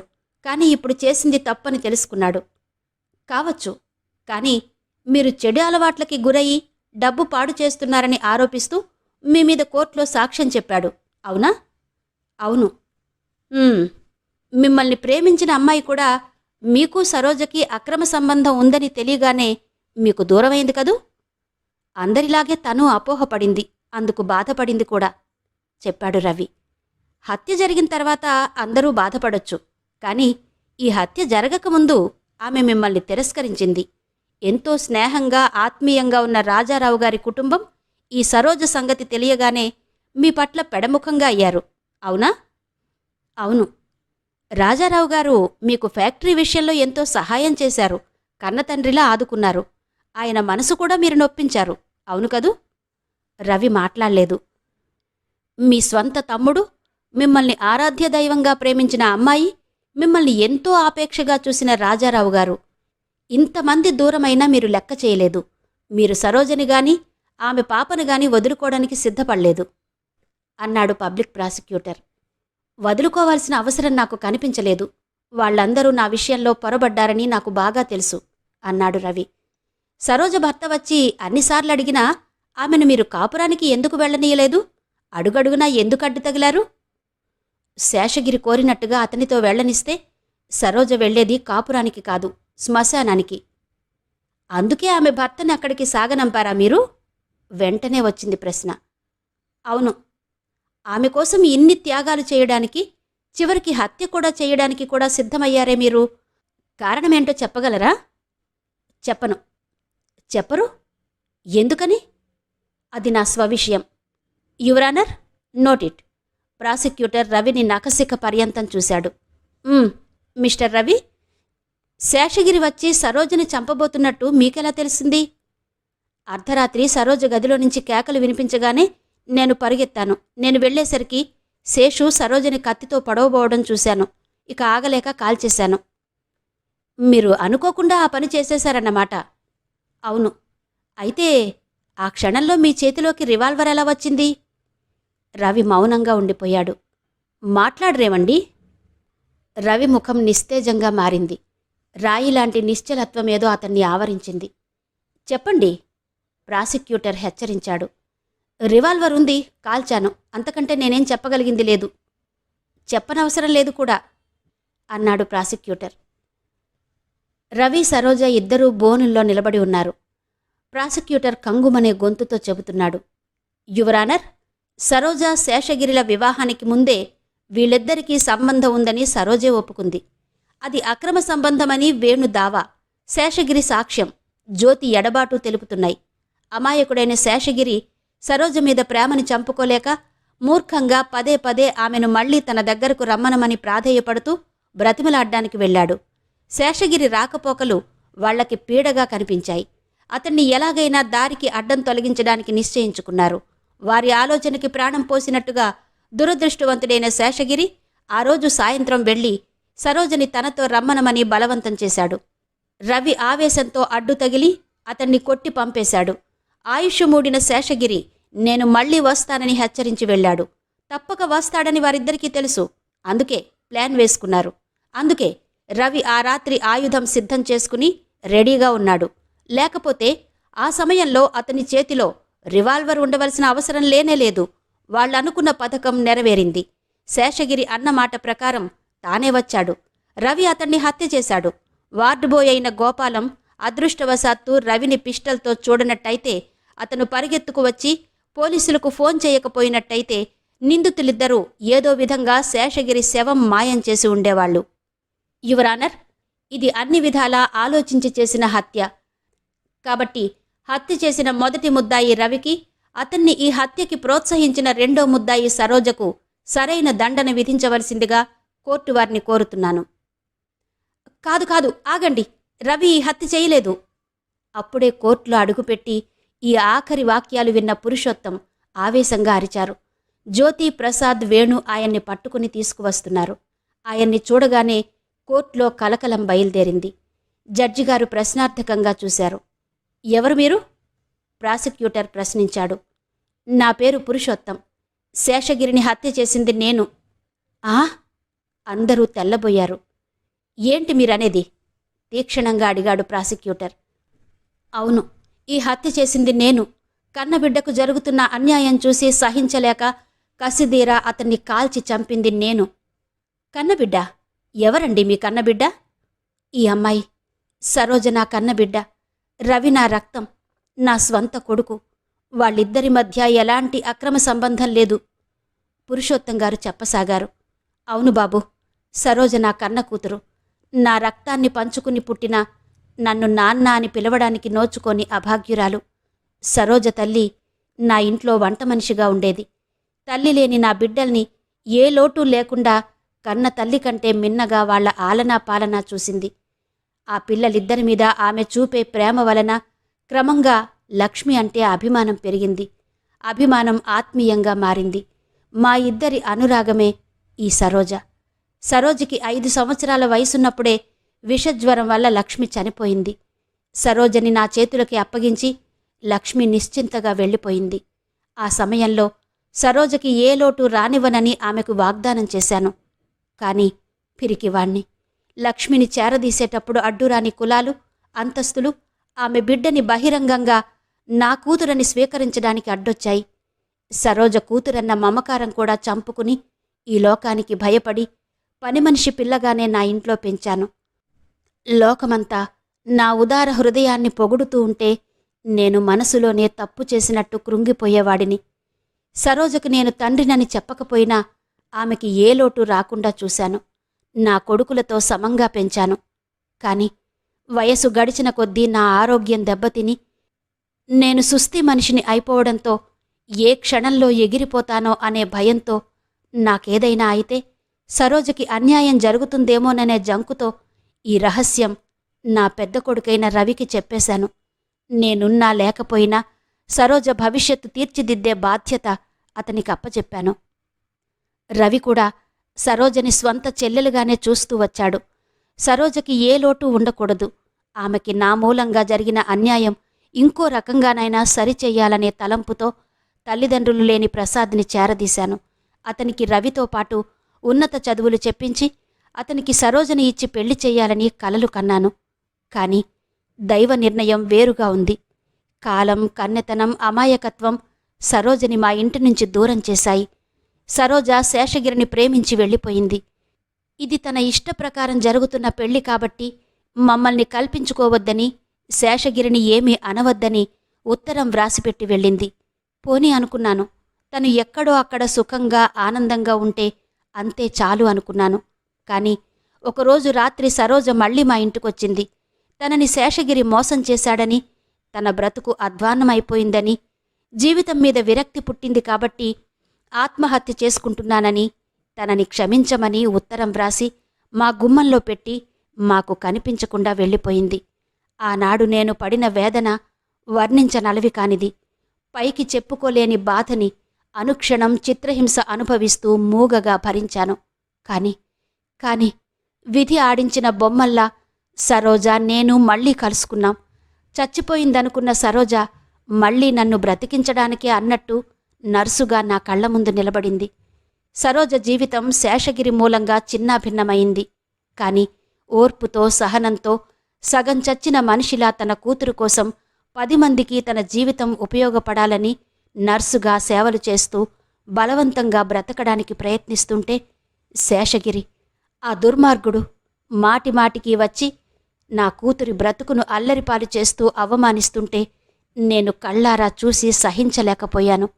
ఆ రాక్షసుడు బ్రతికి ఉన్నంతకాలం నా బిడ్డకు రక్షణ, సుఖం రెండూ లేవనుకున్నాను. శేషగిరి వచ్చి గొడవ చేసి వెళ్ళిపోయిన ఆ సాయంత్రం నన్ను చూడ్డానికి నా స్నేహితుడు రాజారా వచ్చాడు. మాటల సందర్భంలో అతనికి తెలియకుండా అతని జేబులో నుంచి రహస్యంగా రివాల్వర్ తీసుకుని దాచాను. నేను భయపడినట్టుగానే ఆ రాత్రి తిరిగి మళ్లీ శేషగిరి వచ్చాడు. మంచం మీద నిద్ర పట్టక అశాంతిగా కూర్చున్న నాకు సరోజ కేకలు వినిపించాయి. వాడే వచ్చి ఉంటాడనుకున్నాను. పిస్టల్ తీసుకుని ఆవేశంతో గబగబా పడుతూ లేస్తూ పరిగెత్తాను. నేను వెళ్లేసరికి శేషగిరి సరోజని కత్తితో పొడవబోతున్నాడు. నేను వెంటనే ఇంకే ఆలోచన లేకుండా కాల్చేశాను. ఆ క్షణంలో సరోజని బ్రతికించుకోవాలనే వెర్రి కోరిక తప్ప నాకింకేం తెలియలేదు, ఇంకేం గుర్తురాలేదు. కాని నా వెనకే రవి పరిగెత్తుకు రావడం నేను చూడలేదు. నాన్నా అంటూ రవి చప్పున నా చేతుల్లో నుంచి రివాల్వర్ తీసుకున్నాడు. సరోజని బ్రతికించడానికి పనిచేశాన్రా అన్నాను. ఆ తర్వాత ఏమైందో నాకు తెలీదు. కళ్ల ముందు చీకట్లు కమ్మడంతో నేలకి ఒరిగిపోయాను. నాకు స్పృహ తప్పిపోయింది. యువర్ ఆనర్, ఇది జరిగిన సంగతి. మృత్యుముఖంలో ఉన్న నేను, ఇప్పుడో కాసేపు అన్నట్టుగా ఉన్న నేను ఈ క్షణంలో అబద్ధం చెప్పడం లేదు. ఆయన నిలబడలేనట్టుగా రవి నిలబడిన బాక్స్ పట్టుకుని కూలబడ్డాడు. రవి చప్పున దిగివచ్చాడు. బాబూ రవి, ఆయన చెయ్యి చాచారు. రవి చప్పున దగ్గరకొచ్చాడు. నాన్నా అంటూ. పిల్లలు చేసిన తప్పుల్ని తల్లిదండ్రులు కడుపులో పెట్టుకుని దాచుకోవడం లోకరివాజు. కాని అది మన విషయంలో మాత్రం వ్యతిరేకమైంది. తండ్రి చేసిన పాపాన్ని ప్రపంచానికి తెలియకుండా కాపాడాలని ఇన్ని అవమానాలు, అభండాలు సహించావు. బంగారంలాంటి నీ భవిష్యత్తు బలి చేసుకున్నావు. తమ్ముడు దావా వేసి నానా ఇబ్బందులు పెడుతుంటే నాకు తెలిస్తే నేనెంత బాధపడతానో అని తెలియకుండా జాగ్రత్త పడ్డావు. ఇంత అగ్ని మనసులో దాచుకుని కూడా మన ఊరొచ్చినప్పుడు చిరునవ్వు చెక్కు చెదరకుండానే ప్రవర్తించావు. నాన్న ఇది సంగతి అనలేదు. నీలాంటి కొడుక్కి తండ్రినని చెప్పుకునే అర్హత కూడా నాకు లేదేమోరా అన్నారు పురుషోత్తం గారు. అలా అనకు నాన్న, సరోజ చూడు ఎలా నిలబడిపోయిందో. బిత్తరపోయినట్టుగా చూస్తున్న సరోజ ఆయన పిలుపుకి మంత్రముగ్ధ అయినట్టుగా మెల్లగా దగ్గరకొచ్చింది. ఆమె కళ్లలో తనని తానే నమ్మలేని ఆశ్చర్యం, సంభ్రమం కనిపిస్తోంది. అమ్మా సరోజ, ఈ తండ్రిని చూస్తే అసహ్యం వేస్తోందా? ఈ పిరికివాడిని క్షమించమ్మా. ఆయన చేతులు జోడించబోయాడు. బాబుగారు, సరోజ చప్పున వారిస్తూ ఆయన చేతులు పట్టుకుంది. కాదమ్మా, నాన్న అని పిలు. ఒక్కసారి మనసారా పిలు. నాన్నా. సరోజ పెదవులు కంపించాయి. చాలమ్మా, చాలు. నీ చేత నాన్న అని పిలిపించుకోవడంతో ఈ జన్మంతా నేను పడిన వేదన దిగిపోయినట్టుందమ్మా. నాకు చాలా తేలికగా ఉంది, చాలా హాయిగా ఉంది. నాన్నా, నాన్నా. రవి ఆయన్ని పొదివి పట్టుకుని దగ్గరకు తీసుకున్నాడు. ఆయన ముఖ కవళికల్లో వస్తున్న మార్పు గమనించిన ప్రసాద్ దగ్గరకు వచ్చి చెయ్యి పట్టి చూశాడు. రవి, నాన్నగారికి సాధ్యమైనంత త్వరలో హాస్పిటల్కి తీసుకెళ్లడం మంచిది అంటూ హెచ్చరించాడు. అలాగే అంటూ రవి తండ్రిని లేవదీయబోయాడు. వేణు రాజారావు గారు కూడా సాయం కోసం దగ్గరకొచ్చారు. పురుషోత్తం గారి చెయ్యి రవి చేతిని గట్టిగా పట్టుకుంది. ముఖం నిండా చిరు చెమటలు అలుముకున్న ఆయన ఒక్కసారిగా అందరినీ కళ్ళారా చూసుకున్నారు. రవి, ఇంకెందుకురా హాస్పిటల్కి? ఆయాసంగా అన్నారాయన. ఆయన కళ్ళు మూతలు పడ్డాయి. నాన్నా? సరోజ, రవి, వేణు గొల్లుమన్నారు. పురుషోత్తం గారి అంత్యక్రియలు ముగిశాయి. చిదంబరానికి 4 సంవత్సరాల కఠినమైన శిక్ష పడింది. రాజారావు గారు జ్యోతి, రవిల వివాహం నిరాడంబరంగా జరిపించారు. రవి, జ్యోతి వధూవరులుగా వచ్చి నమస్కరిస్తుంటే ఆయనకి కళ్ళు చెమ్మగిల్లాయి. పురుషోత్తం గారి ఫోటో చూస్తూ, వాడికి నమస్కరించండ్రా, ఈ క్షణం కోసం వాడు తప్పించిపోయాడు అన్నారు. ఇద్దరి భుజాల మీద చేతులు వేసి పట్టుకుని తనే ఫోటో దగ్గరకు తీసుకెళ్ళి, ఒరేయ్, మనం కలలు కన్నట్టుగా మన పిల్లలిద్దరికీ పెళ్లి చేశాన్రా. ఈ ఆనందం నాతో పంచుకోవడానికి నా పక్కన లేకుండా నువ్వు వెళ్ళిపోయావు అన్నారు. వేణు, రాధ, ప్రసాద్ కూడా అక్కడికొచ్చారు. రవి, జ్యోతి పురుషోత్తం గారి ఫోటోకి నమస్కరించారు. రవి, మీ నాన్న అదృష్టవంతుడు. ఆయన కోరుకున్నవన్నీ జరిగాయి. ఆయన ఆత్మకి తప్పకుండా శాంతి కలుగుతుంది అన్నారు రాజారావు గారు. రవి ముఖంలో విషాదం ఆవరించుకుంది. లేదంకుల్, ఆయన అసంతృప్తితోనే వెళ్ళిపోయారు. ఆయన బ్రతికి ఉన్నంతకాలం సరోజ జీవితం చక్కచేయలేకపోయాననే వేదనతో కుమిలిపోయారు. అక్కడే ఉన్న ప్రసాద్ అన్నాడు, రవి, నా జీవితానికి వెలుగు మీ నాన్న. నేను నీకో మాట చెప్పాలని అనుకుంటున్నాను. ఇన్నాళ్ళు నా వృత్తిలో భాగం పంచుకుంది సరోజ. ఆమెకు అభ్యంతరం లేకపోతే ఆమెను నేను జీవిత భాగస్వామిని చేసుకుంటాను.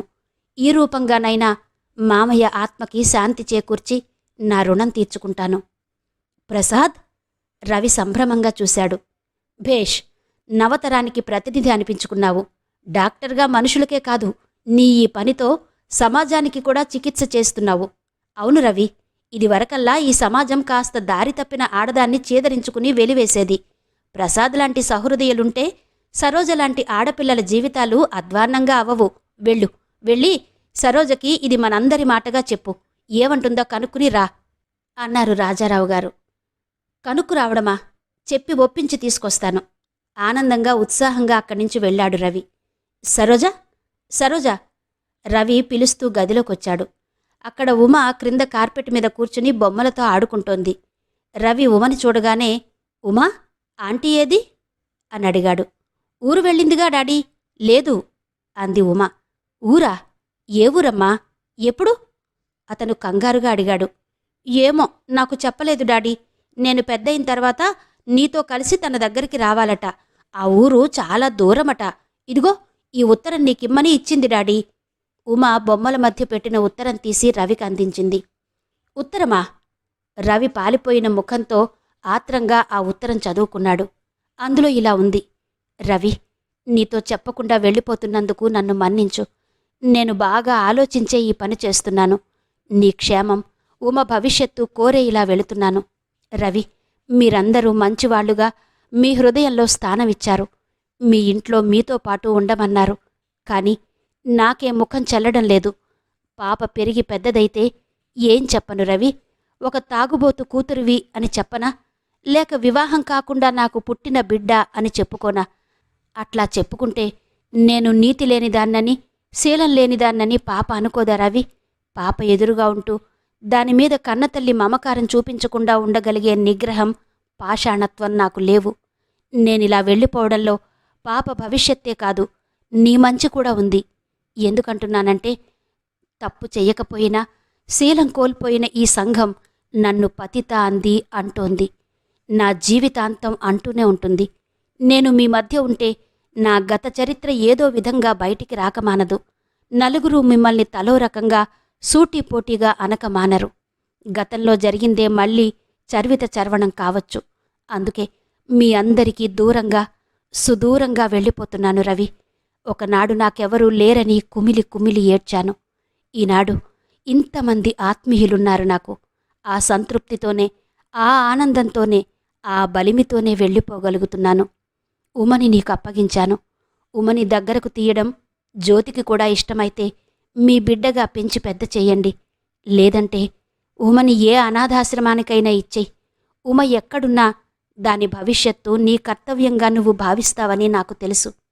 దానికి ఏ లోటు రానివ్వవనే నమ్మకం నాకుంది. అందుకే నిశ్చింతగా వెళ్ళిపోతున్నాను. నిన్ను బాధ పెడితే నన్ను క్షమించు, నన్ను దీవించు. నా గురించి నువ్వు దిగులు పడకు. నేనిప్పుడు నర్సును. ఇది నాకు తిండికి బట్టకి లోటు లేకుండా గడుపుతుంది. ఇన్నేళ్ల నుంచి కష్టాలతో కన్నీళ్లతో ఎగుడు దిగుళ్లతో భారంగా గడిచిన ఈ జీవితంలో ప్రతిరోజు ప్రతి క్షణం నాలో సున్నితత్వాన్ని అమాయకత్వాన్ని హరింపచేశాయి. నన్ను శిలలా మార్చాయి. ఇంతకంటే కష్టాలు నాకేం వస్తాయి? ఇప్పుడు నాకే కోర్కెలు లేవు. ఈ శరీరం మీద నాకేం వ్యామోహం లేదు. అలాగని నేను విరక్తితో ఆత్మహత్య చేసుకోబోవటం లేదు. ఎందుకో తెలుసా? నర్సుగా నా ఈ చేతులు ఈ ప్రపంచంలో కొంతమంది పీడిత హృదయాలకి ఉపశమనం కలిగిస్తాయి, శాంతిని చేకూరుస్తాయి. వాళ్లకోసం నేను బ్రతుకుతాను. నా ఈ శేష జీవితం నర్సుగా గడుపుతాను. మనం మళ్ళీ కలుసుకుంటాం అనే నమ్మకం నాకుంది. ఒకవేళ ఏ పరిస్థితుల కారణం చేతైనా ఇదే మన ఆఖరి కలయిక అయితే, రవి, మరుజన్మ అనేది నాకుంటే ఆ జన్మలో తప్పకుండా నా తోబుట్టువుగా నాకు లభించాలని ప్రతిదినం దేవుణ్ణి ప్రార్థిస్తాను. సెలవు. సరోజ. డాడీ, డాడీ, ఎందుకు ఏడుస్తున్నావు? ఉమ రవి భుజం పట్టి కుదుపుతూ అడిగింది. రవి ఉలిక్కిపడ్డాడు. కళ్ళు తుడుచుకుని ఉమని ఎత్తుకున్నాడు. Aunty ఎక్కడికెళ్ళింది daddy? ఊరు వెళ్ళిందమ్మా. మనం ఎప్పుడక్కడికెళ్దాం? ఆంటీ మనల్ని రమ్మందిగా. వెళ్దాం తల్లి, తప్పకుండా వెళ్దాం. ఇప్పుడు కాదు, నువ్వు బాగా చదువుకుని ప్రతి క్లాసు ఫస్టున పాసయ్యి పెద్దగా అయిన తర్వాత. అంతలో జ్యోతి, ప్రసాద్, వేణు, రాధ, రాజారావు గారు అందరూ అక్కడికొచ్చారు. సరోజని అడిగావా రవి? రాజారావు గారు అడిగారు. సరోజ లేదు, వెళ్ళిపోయింది. రవి చేతిలో ఉత్తరం జ్యోతికి అందించాడు. వెళ్ళిపోయిందా? జ్యోతి ఆశ్చర్యంగాని ఆ ఉత్తరం గబగబా చదివింది. ఇదిగో ప్రసాద్. జ్యోతి ఉత్తరం ప్రసాద్కి అందించింది. ఈ ఆంటీ ఎవరు? జ్యోతిని చూస్తూ అంది ఉమ. ఆంటీ కాదమ్మా, మమ్మీని. నీ మమ్మీని నేను. జ్యోతి చేతులు చాచింది. ఉమ ఉరికినట్టుగా వచ్చింది. అవునమ్మా, నీకమ్మని. ఏది అమ్మా అని పిలు. ఉమని ముద్దు పెట్టుకుంటూ అంది జ్యోతి. అమ్మా? ఉమ ఆనందంగా జ్యోతి మెడ చుట్టూ చేతులు పెనవేసింది. రవి వాళ్ళిద్దరినీ అలాగే చూస్తూ నిలబడ్డాడు. అతని కళ్ళు చెమర్చాయి. సూర్యుడు అస్తమిస్తున్నాడు. సాయంత్రం అయిపోతోంది. కెంజాయ రంగులో ప్రపంచమంతా బహుసుందరంగా ఉంది. దూర ప్రయాణం నుంచి తిరిగి వచ్చిన పక్షుల గుంపులు చెట్ల మీద గోళ్లలో చేరి కువకువలాడుతూ సాయంత్రపు సంగీతంలా శబ్దం చేస్తున్నాయి. ఏళ్ల తరబడి యజమానుల్ని నమ్ముకుని కష్టసుఖాలు వారితోనే అనుభవిస్తూ బ్రతుకుతున్నట్టు పశువుల మందలు ఇళ్లకి చేరుకుంటున్నాయి. సరోజ పెట్టె పట్టుకుని నడుస్తోంది. సుందరమైన ఆ ముఖంలో నిర్లిప్తత, నిర్మలత్వం నిండుగా కనిపిస్తున్నాయి. అందమైన ఆ కనుదోయిలో నిశ్చలత, దృఢ మనస్తత్వం ప్రతిబింబిస్తున్నాయి. దూరంగా, సుదూరంగా నింగి నేలని తాకుతోందా అని భ్రమ కనిపిస్తున్న చోట నారింజ రంగులో సూర్యుని అంతిమ కిరణాలు సహస్రంగా భూమి మీదకు వాలి ఉన్నాయి. వింత వెలుగుతో మెరిసిపోతూ ఉన్న వాటిని చూస్తుంటే ఈ జీవితంలో విసిగిపోయిన వారికి శాంతిని చేకూర్చే దివ్య సౌధానికి దారి చూపే రాచబాటల్లా విస్తృతపరుచుకుని ఉన్నట్టుగా ఉన్నాయి. పెట్టె పట్టుకుని నడుస్తున్న సరోజ అందమైన తనూలత ఆ దివ్య కిరణాల వైపు నడుస్తున్నట్టు క్రమంగా దూరమై ఆ నారింజ రంగులో చుక్కలా కలిసిపోయింది. అదండి ఎద్దనపూడి సులోచనారాణి గారి బంగారు కలలు నవల. మరి ఈ నవల ఇంతటితో ముగిసింది కదా. మరి ఈ ఆడియో గనక మీకు నచ్చితే తప్పకుండా లైక్ చేయండి. లైక్ చేయడం మాత్రం మర్చిపోకండి. అలాగే మీ కమెంట్స్ కూడా నాకు తప్పకుండా తెలియచేయండి. మరో చక్కటి నవలతో మళ్ళీ మీ ముందుకు వస్తాను. అంతవరకు సెలవా. నమస్తే.